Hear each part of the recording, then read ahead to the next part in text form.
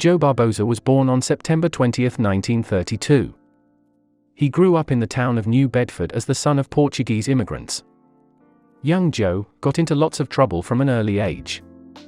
He had his own little gang of strong-arm robbers who would steal from local businesses. At 13 years old, Barboza was arrested for breaking and entering and found himself behind bars for the first of many times in his life. He was sent off to Lyman State Reform School, the same place that suspected Boston strangler Albert DeSalvo graduated from. Lyman was a very strict and religious environment. Joe later claimed to have received regular beatings during his time there. It was a bad time for him, but he did pick up skills while there, such as boxing. He needed the skill too, as he was often the subject of taunting from older kids.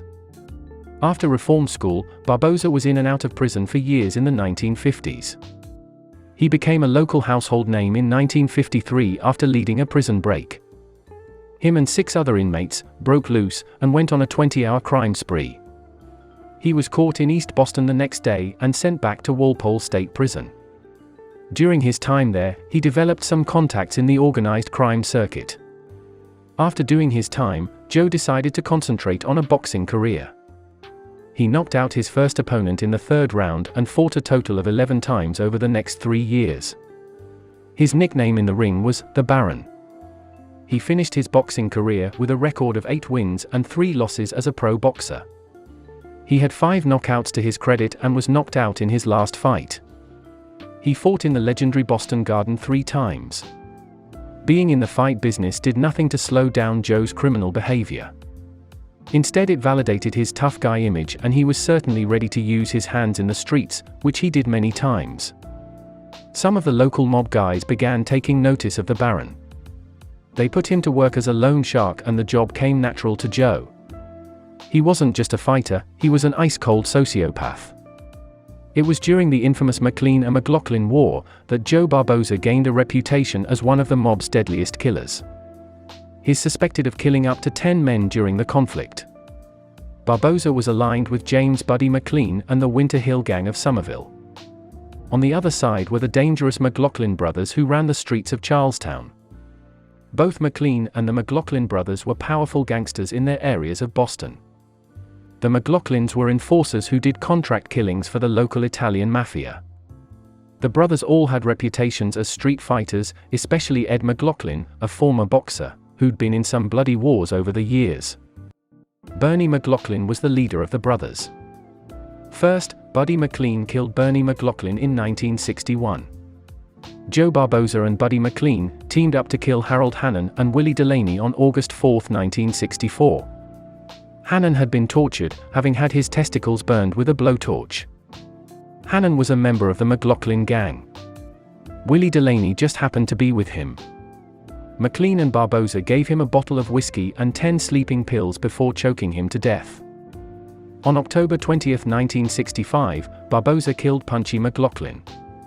Just 11 days later, on Halloween 1966, Steve Hughes killed Buddy McLean. Steve and his brother Connie Hughes were the most dangerous members of what was left of the McLaughlin gang.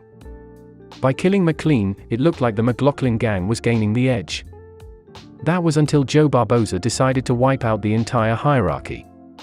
First, he killed Connie Hughes and his partner Sam Lindenbaum on May 26, 1966. Then just 4 months later, on September 23, 1966, Barboza killed Steve Hughes, getting revenge for his friend Buddy McLean.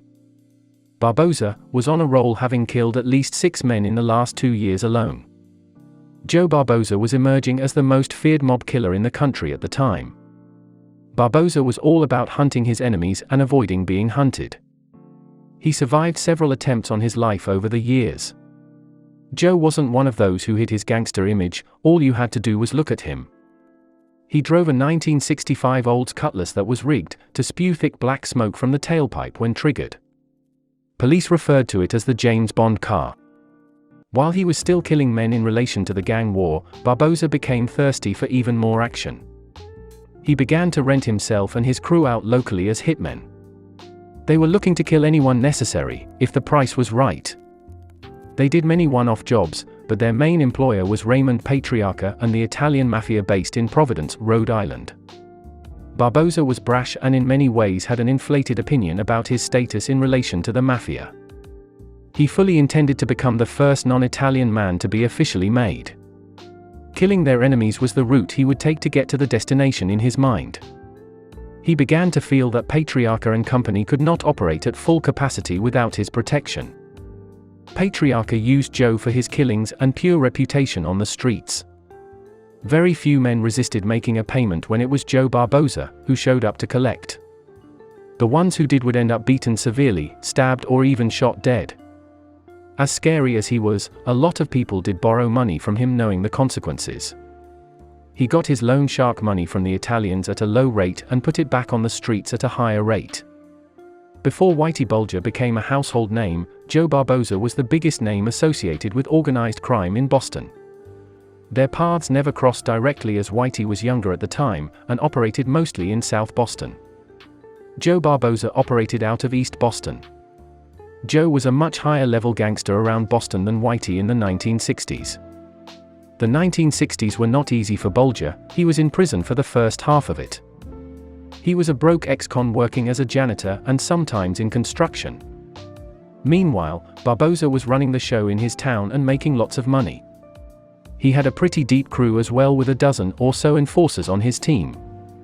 While Whitey was part of Southie's McLean gang, they weren't even on the map as far as most powerful organized crime groups in the city. It wasn't until the early 1970s that Bulger took over South Boston. By the time that happened, Barboza was off the streets and testifying against the Italian Mafia. For the time being, his McLean gang was getting dominated by a rival crew known as the Mullen Gang. Although Whitey and Barboza were not affiliated, they were both closely connected to the Flemmi brothers, Stephen and Jimmy the Bear. Vincent "Jimmy the Bear" Flemmi was one of the only men that Barboza had any fear and respect for. They were partners in crime for years, and Jimmy the Bear was the only gangster in Boston who could match Joe's level of violence and treachery. Barboza was arrested in 1966 on weapons charges and held on $100,000 bail. He expected his Mafia friends to pitch in and bail him out. In his mind, it was time that they stepped up for the animal like he'd done for them in the past. But as it turns out, Raymond Patriarca and the family were ready to let Barboza rot in prison. To them, he had served his purpose and was now just a liability. A clear message was sent to Barboza when he sent his two henchmen, Arthur Bratzos and Tommy DePrisco, around to collect. In a desperate move, they were told to go to all the local mob hangouts and collect a contribution. It actually worked early, as the two men collected $60,000. A highly annoyed Patriarca ordered the two men killed when he learned of the move. They were lured to the Nightlight Lounge, Larry Zanino's place, with promise of a significant cash tribute. When they showed up, they were killed and robbed of the money already raised. Arthur and Tommy's bodies were both thrown into the backseat of Arthur's car and dropped off in Southie. The reason for the location was to throw a curve into the investigation and try to pin the murder on the Irish gangsters. Another Barboza crew member, Joey Amico, was murdered the same year. Not long after that, Stephen Flemmi visited Joe in prison and delivered the news that Jerry Angulo and Raymond Patriarca were planning on having him killed. Despite facing only 5 years, Barboza knew the game was up. His crew had been completely wiped out in less than a year. Joe was about to surprise everyone, however. With very little prodding, Barboza decided that he would cooperate with the FBI and testify against the hierarchy of the New England Mafia.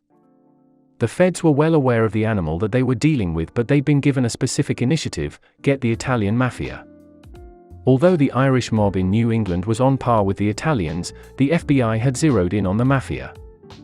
Barboza was a man with several grudges in his life, several enemies that he wanted to kill or even frame for a crime.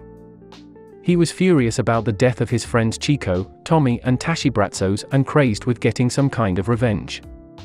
Barboza tied 6 underworld figures with the murder of Edward Deegan. The Mafia was frantically trying to get at Barboza, even blowing up his attorney's car. All 6 were convicted of the crime and 2 of them died in prison, but none of them even had anything to do with Deegan's murder. Barboza knew good and well that it was his close friend Jimmy the Bear that killed Deegan. It was a terrible memory for the Boston FBI, and they were hit with a class action lawsuit after the truth came out years later.